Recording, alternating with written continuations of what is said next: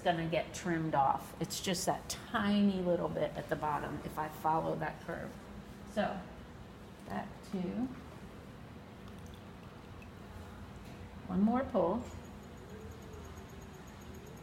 So the other thing about shaping as you go with a form like this, and again, it's important for me to say this again.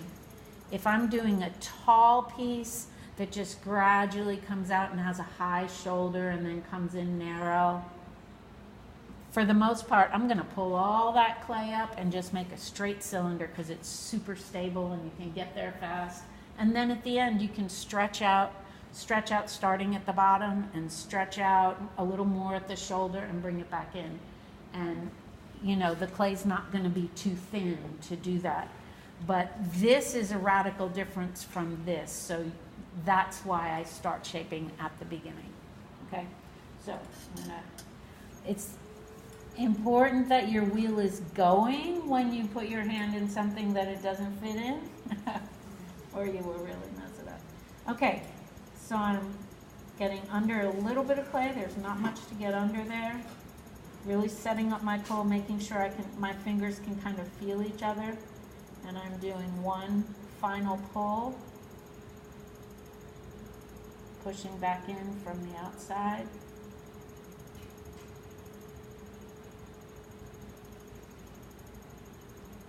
Stabilizing the rim.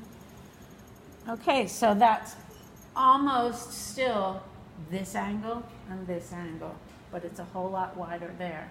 So that's where these wonderful little metal ribs, oops, got some copper mica powder on that one, with these wonderful little rounded metal ribs come in. So the first thing I'm going to do is I'm going to bring in the top a little bit more, even though I might still stick my hand in there one more time. But I'm just going to remind the clay that I want it to be more like that. Okay. So you can see I need a little more rounded stuff here and maybe here too, right? So I'm going to get my trusty little rib, and yes, I'm going to stretch that out again. Make sure it's moving when you stretch it out with your hand. And I'm going to use the curve of that rib and just slightly push out towards the bottom. See how it's getting rounder? Now I'm going to bring it up and do the same thing up here towards the top of the pot.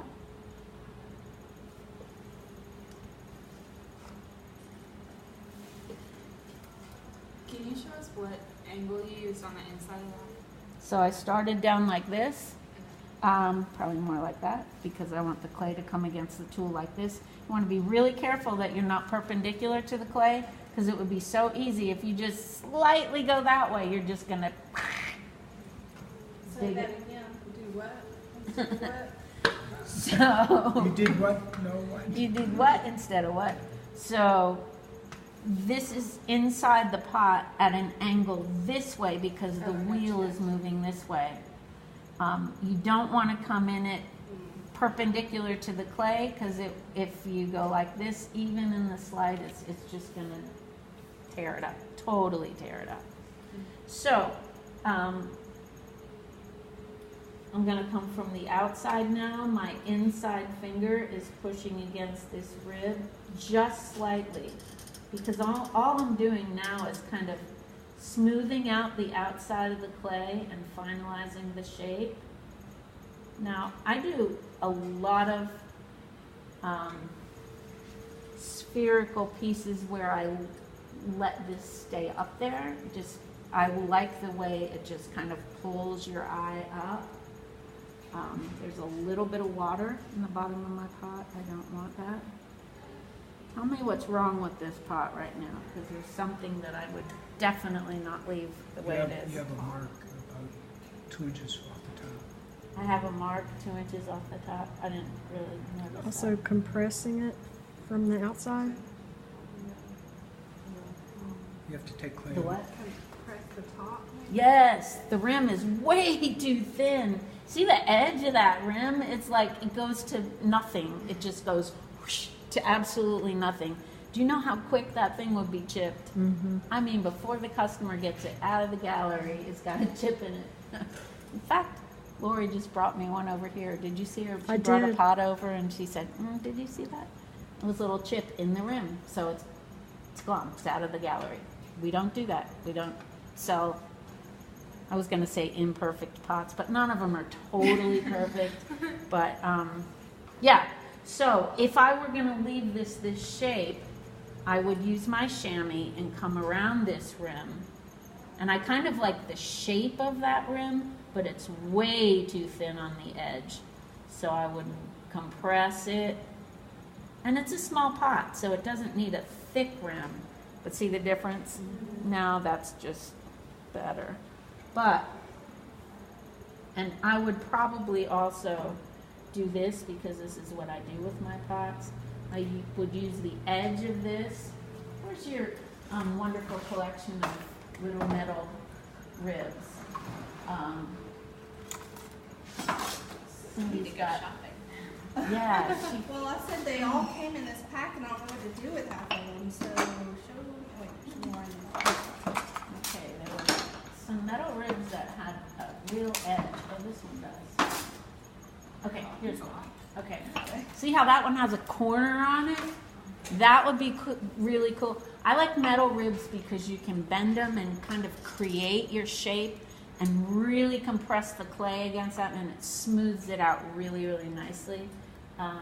But so like with this one, with that corner, I could lean into the clay with that corner and create my little collar that I like to do with my pots. Because I love simple forms. I don't do a lot of altering feet and handles and all that stuff. And they're wonderful. Sorry. That showed a little bit of attitude there, didn't it? I like simple forms because the nature of what I do with my firings, the firings create all kinds of movement on the surface of the pot, so I don't do a lot with the form other than try to make it nice. So you can do that with a little corner like that. But since I told you I was going to show you a spherical form, what if I wanted to get rid of that? What if I was like, use the rounded side? And come right back. Look at that. It just goes away. It's so nice. Clay is such a wonderful medium. It's very forgiving. Resilient. It is. Fragile. It's resilient. It's forgiving, it's cooperative. You just have to teach your hands how to tell the clay where you want it to be, and it will cooperate. Okay, so, but because I told you we were gonna go with the sphere, I'm gonna wet the top section.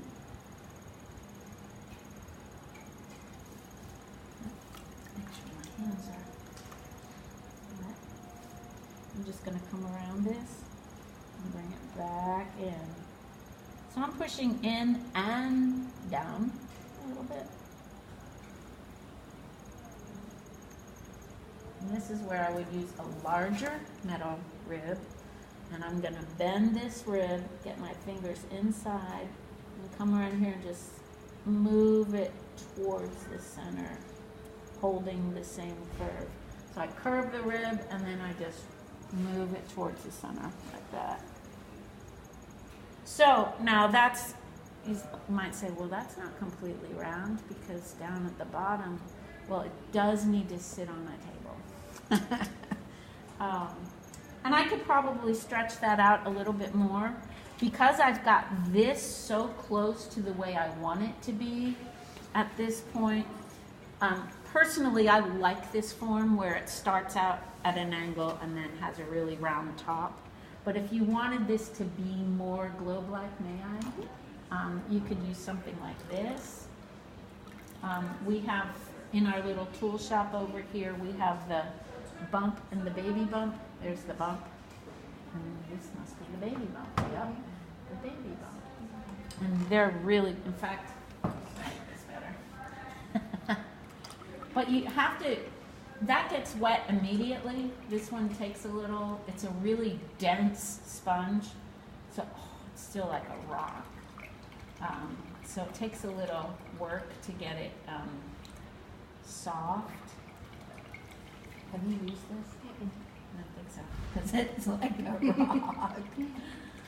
rock. But eventually it does get softer. It's got a little softness happening to it right now. So I'm just going to use this and show you. Okay, so let's say I wanted it to be a little rounder at the bottom. I like this part, so I'm going to leave it alone and use this tool. And I'm going to start at the bottom and push out.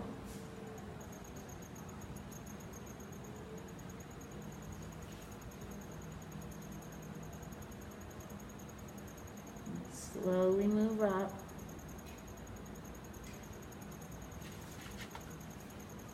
I'm going back down to the bottom again. I'm going to do that again. I want the widest part to be in the middle, so I've got to push it out a little bit more right in the middle. How far up are you going? Just to the middle, because I like the top. Now it looks to me like the middle's a little too wide. Okay, I'm being a little picky, but I'm just trying to talk to you guys about creating a shape and taking time to get it the way that you want it to look.